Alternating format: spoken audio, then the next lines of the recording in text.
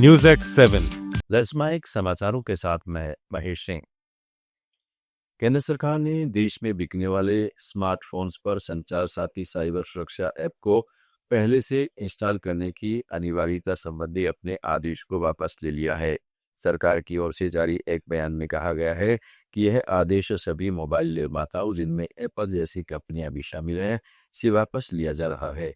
हालांकि सरकार ने इस फैसले का कारण यह बताया है कि पिछले 24 घंटों में इस ऐप को डाउनलोड करने वाले उपभोक्ताओं की संख्या तेजी से बढ़ी है। सरकार ने कहा है कि पहले से इंस्टॉल करने का आदेश इस प्रक्रिया को तेज करने के लिए दिया गया था। यह आदेश विपक्षी नेताओं और सामाजिक कार्यकर्ताओं द्वारा 2 दिनों तक किए गए विरोध प्रदर्शनों के बाद वापस लिया गया है। इस पर कांग्रेस सांसद मणिकप टैगोर ने कहा है कि यह उन सभी ताकतों, उन सभी पत्रकारों, वकीलों और लोगों की जीत है जिन्होंने कहा था कि यह एक मनमाना और तानाशाही फैसला है।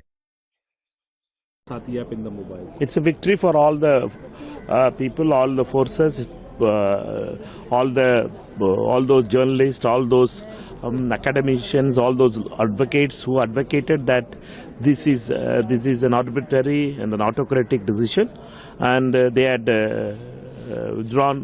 Their withdrawal shows that without thinking they are acting. After when acting only, they had started to think. This government is without any kind of direction. Directionless government will always does this kind of U-turns. This is a U-turn government. This is another classic case of U-turn. And how do you see? लेट्समाइक news X 7। Congress संसदीय दल की अध्यक्ष सोनिया गांधी ने the Hindu अखबार में लिखे अपने लेख में मोदी सरकार पर गंभीर आरोप लगाते हुए कहा है कि सत्ता में आने के बाद से मोदी सरकार ने पर्यावरण संरक्षण के मामले में एक खास तरह की लालची और निष्ठुर बेरुखी दिखाई है। उन्होंने लिखा, मोदी सरकार ने प्राकृतिक संसाधनों के लापरवाही भरे दोहन को बढ़ावा देने के साथ साथ पर्यावरण पर उनके भयानक परिणामों के प्रति पूरी तरह उदासीनता दिखाई है। क्या नीति निर्माण इतनी बेशर्मी से बिकाऊ हो सकता है कि कुछ मुट्ठीभर लोगों के मुनाफे की लाई चपकाने के लिए आने वाली पीढ़ियों के कल्याण और पूरे ग्रह को दांव पर लगा दिया जाए। सोनिया गांधी ने देश को पर्यावरण के लिए नया समझौता देने की जरूरत बताई और चेतावनी दी कि कारपोरेट हितों के आगे घुटने टेक कर सरकार जल, जंगल, जमीन और हवा को तबाह कर रही है। राजधानी दिल्ली एक बार फिर घनी धुंध और जहरीली हवा की गिरफ्त में आ गई है। शहर के अधिकांश इलाकों में स्मोक की मोटी परत बिछ गई है, जिससे दृश्यता घटकर महज 50 मीटर रह गई।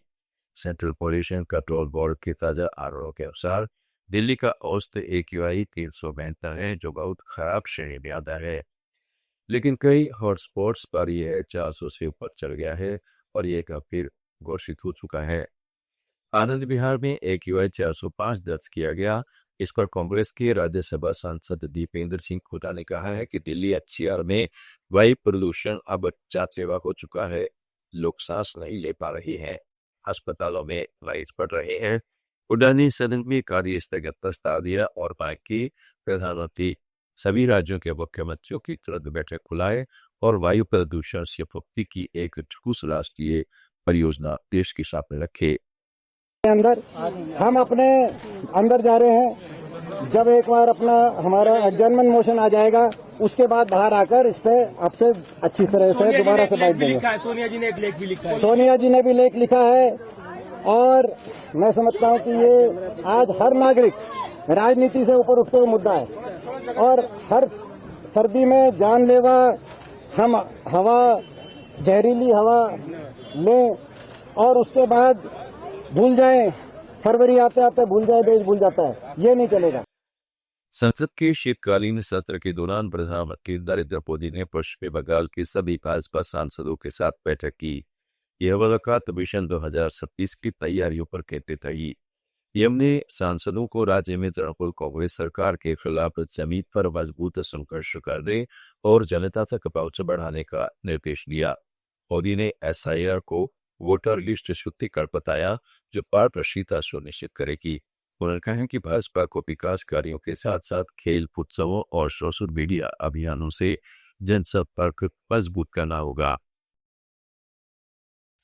आप सुन रहे थे